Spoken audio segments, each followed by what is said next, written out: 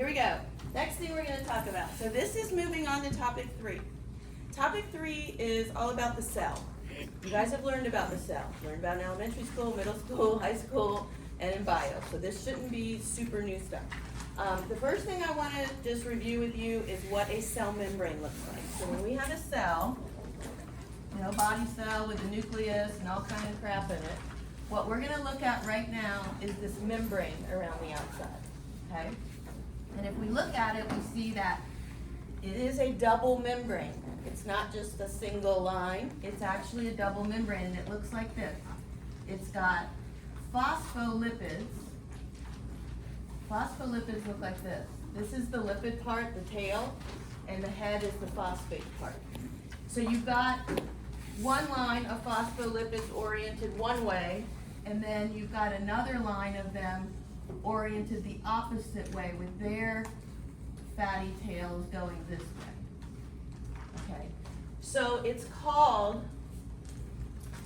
a lipid, so the phospholipid in total is a fat. It's called a lipid bilayer. And a lot of times they'll call it a phospholipid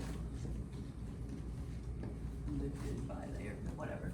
Okay, so these heads, these are the phosphate, they're called the heads of the membrane. And then these are the fatty acid tails. Now, the way this would be here, like the heads would be like this on this side, and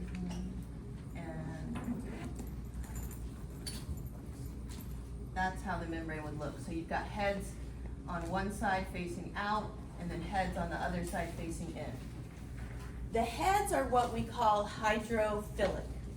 Hydrophilic means that they like water. They're fine, they like water. But the tails are hydrophobic. That means they don't like water. Okay. And because you have this bilayer that has water loving and water hating, it is selectively permeable. That means it doesn't just let anything cross it. Like everything and anything can't go out, and everything and anything can't go in. There's certain parameters that have to be met. Sometimes it requires a carrier, sometimes it doesn't, sometimes it requires energy, sometimes it doesn't. There's all these different mechanisms of membrane transport. But the first thing I just wanted to establish was understanding of the general design of the membrane. Does everyone remember that from bio? Pretty good? Okay. All right, so let's talk about how this phospholipid bilayer is selective for what it lets through, okay? And we're gonna do that by talking about two broad types of transport, active transport and passive transport.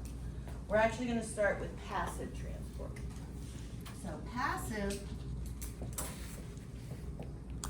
transport as a group has three sort of tenets or key definitions or characteristics, okay? So if we're talking about something moving passively into or out of a cell, there are three things we always want to keep track of. First thing is no energy is required. That means I do not have to spend any ATP in order for something to move. That's number one, passive. Number two, the movement of whatever's moving, whatever substance is moving, is always from high to low concentration. So that means, let's say I have a membrane here. Okay, this is my membrane. And I've got 4 black dots on the left, and I've got a lot more on the right. Okay. So when I say movement is from high to low, it means in this case, these are going to want to move this way because they're moving from where there's a lot of it to where there's less of it. Because in our bodies, a lot of times what we want to do is establish homeostasis, equilibrium, right? And so we want to, things tend to want to move to balance themselves on either side of a membrane. Okay. The other thing is, with passive transport, the substance that's moving across may or may not, and in most cases not, need a transport carrier.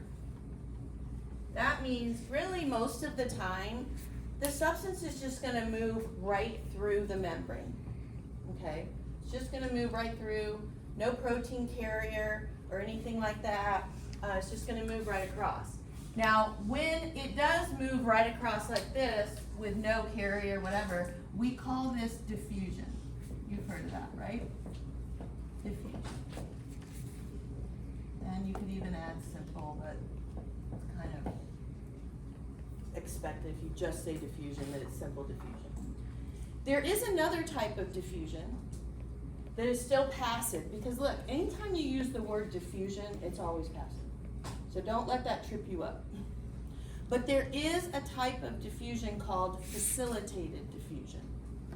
Facilitated diffusion is when everything is the same, but instead of the substance moving just directly through the phospholipid bilayer with no help, it actually moves through a carrier. It needs to go through a carrier transporter, okay? It's still moving with no energy. It's still moving from high to low. The only thing we've added is that we've inserted a protein carrier that is required to allow this thing to move across. When does that happen?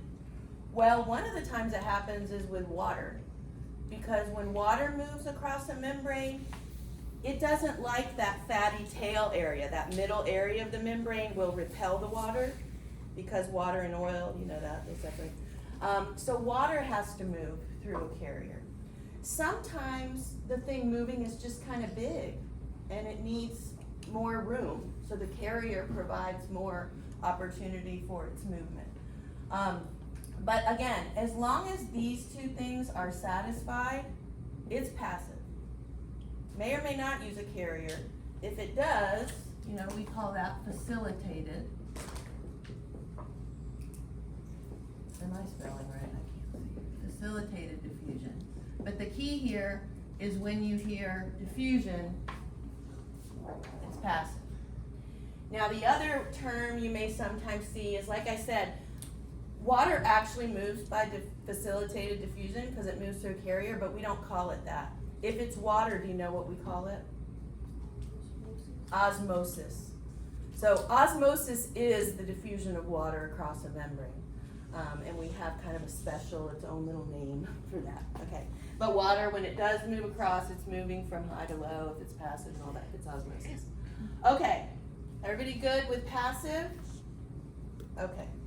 There is one more type of passive transport that's a little kind of unique that I want to mention. And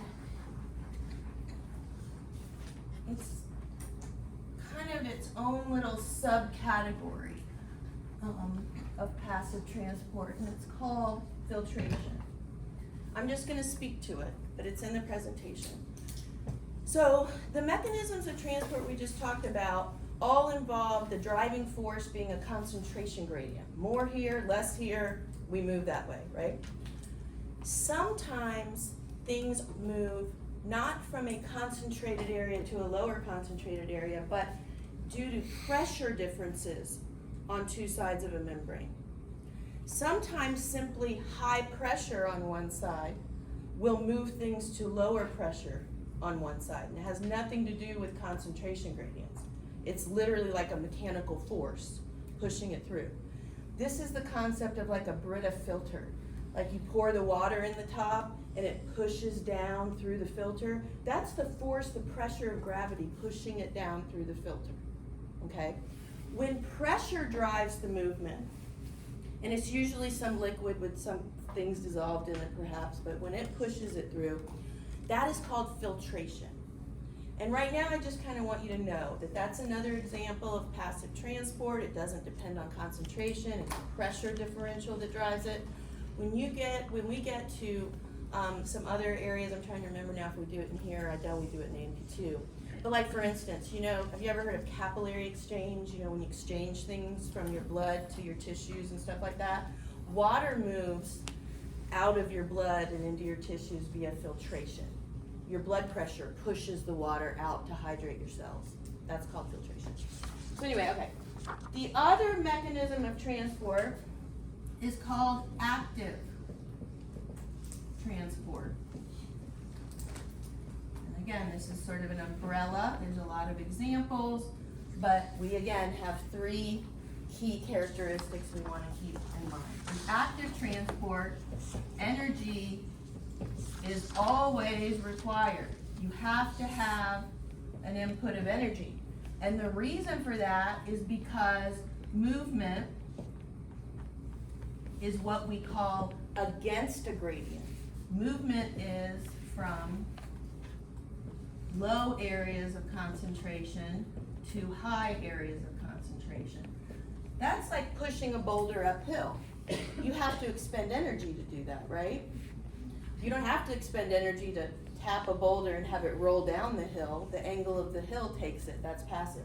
But if you're trying to push things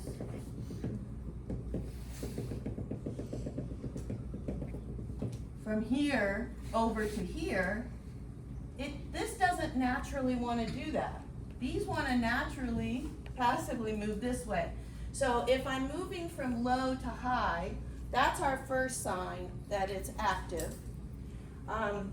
And then, like I said, it always requires energy. So if it's active, you're going to see like some kind of symbol that shows ATP being broken down into ADP and P, and that reaction generates energy, okay? And that's going to be required. The third thing is that a transport protein is always involved. So it's not a may or may not, it's always there.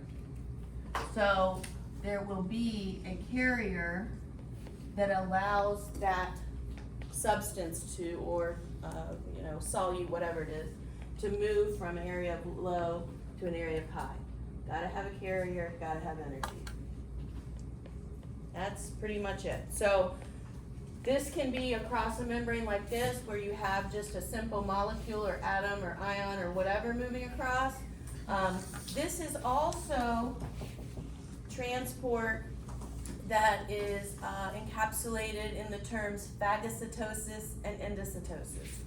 Endocytosis and exocytosis. Phago and pinocytosis are examples of exocytosis, like endocytosis. Sorry, my friends. Okay, so when you want to engulf something, like a cell wants to engulf something really big, remember phagocytosis? That's like cellular eating, remember that?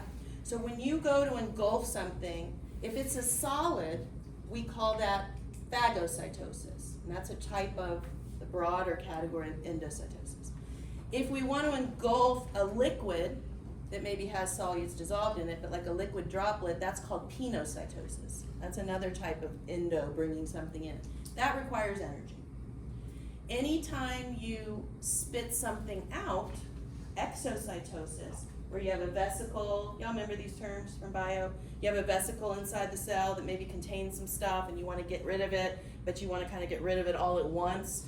That's called secretion. The cell will secrete it. That is exocytosis. That also requires energy. Okay, the last thing I want to talk about, so what I just described here, what I showed you here, this would be what we would just call primary active transport. There is another type of active transport called secondary active transport that definitely warrants some explanation. Okay, so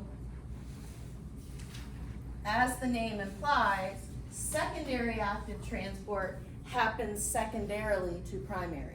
So the first thing we want to commit is if you have secondary active transport, you had to have primary first, all right? And so, here's my example. You guys remember learning in bio about the sodium-potassium pump? Remember learning that? Okay. Let's say, here's my membrane. And this is inside the cell. And this is outside the cell. And the sodium-potassium pump is happening in every single cell in your body. And there's multiple pumps, that's referring to the protein carrier. There's multiple pumps all around the outside of the cell. The sodium-potassium pump pumps 3 sodiums out of the cell. So there's a carrier that does that. And then it comes back after it's delivered the sodium out of the cell. It grabs potassium from out here, outside the cell, and it pumps 2 potassiums in. That's what these sodium-potassium pumps do. They just grab, dump, grab, dump, grab, dump. They just keep doing that. So you can imagine, would you agree, that there's a lot of sodium out here, because every time this pump pumps, it pumps 3 sodiums out here. And you've got multiple pumps in the membrane. And you can imagine that there's a lot of potassium on the inside of your cells, right? Based just for the fact that we have this pump. And that is true. Sodium is the #1 extracellular ion in your body. That means if we look at all of the fluid outside your cells, the #1 ion present is sodium. And potassium is the #1 ion inside of your cells, all of your cells. It's the most prevalent because of this pump. But I've created a gradient, right? I've created a gradient. I specifically want to look at the sodium gradient. So I've created quite a gradient here with this pump, right? I had to use ATP, I'm just going to write that, to do this. This pump requires energy. But if I look to the inside of the cell, compare to the outside of the cell, there's way more sodium out here than in here. Does everyone agree with that? So I've established a very strong ionic concentration gradient with this pump.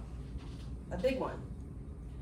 A big enough one that this sodium wants to come back in. Like, it wants to come back in. It's like, you keep bumping me out, I want to come back in. Okay? And it will.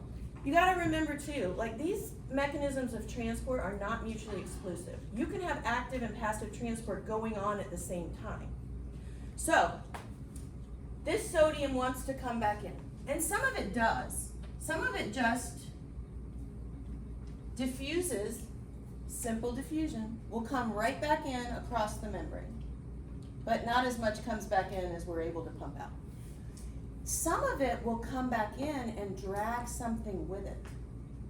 That is what we're going to look at now. That's called secondary active transport. All right, sometimes you have a situation where I have another carrier over here. And let's say out here, outside my cell, I also have these green dots. And they want to come into my cell, but they can't come in unless they piggyback with sodium that's kind of just flooding back in down this concentration gradient. So, if this green and this black, the sodium, if they kind of come together and re-enter the inside of the cell together through a carrier, this is called secondary active transport. The reason the green is able to come in is because it's attaching to sodium that is actually moving passively back in. Okay, it's moving down its concentration gradient from high to low. We actually call this symport because the two things are moving together in the same direction, okay, across the membrane. There's no additional input of energy, but don't let that confuse you. Because we had to use energy here to create the gradient. Therefore, SimPort uses energy indirectly. That's what we say. Because without energy, you could never create the gradient that allows this to happen, okay? So while secondary active transport doesn't use ATP directly, it uses it indirectly. So it's still considered active. Now another thing that could happen is, let's say that you also have, another color, you have this red molecule on this side, okay, and it wants to move out of the cell. There are some instances where you'll have a carrier that as the sodium is moving in to the cell, back down its concentration gradient, again, due to the concentration gradient created by the primary pump. At the same time that happens, this is able to move out of the cell like that. But it's only able to move out when it shares that carrier with sodium. But in this case, these two things are moving in opposite directions, right? One's moving in and one's moving out. That is called antiport. Same principle as we have here, in that we had to create a gradient with the primary pump first, but that gradient allows sodium to come back this way. If it drags something with it, that's SimPort. If it allows something to move in the opposite direction as it moves back in, it's antiport. How are you feeling about that?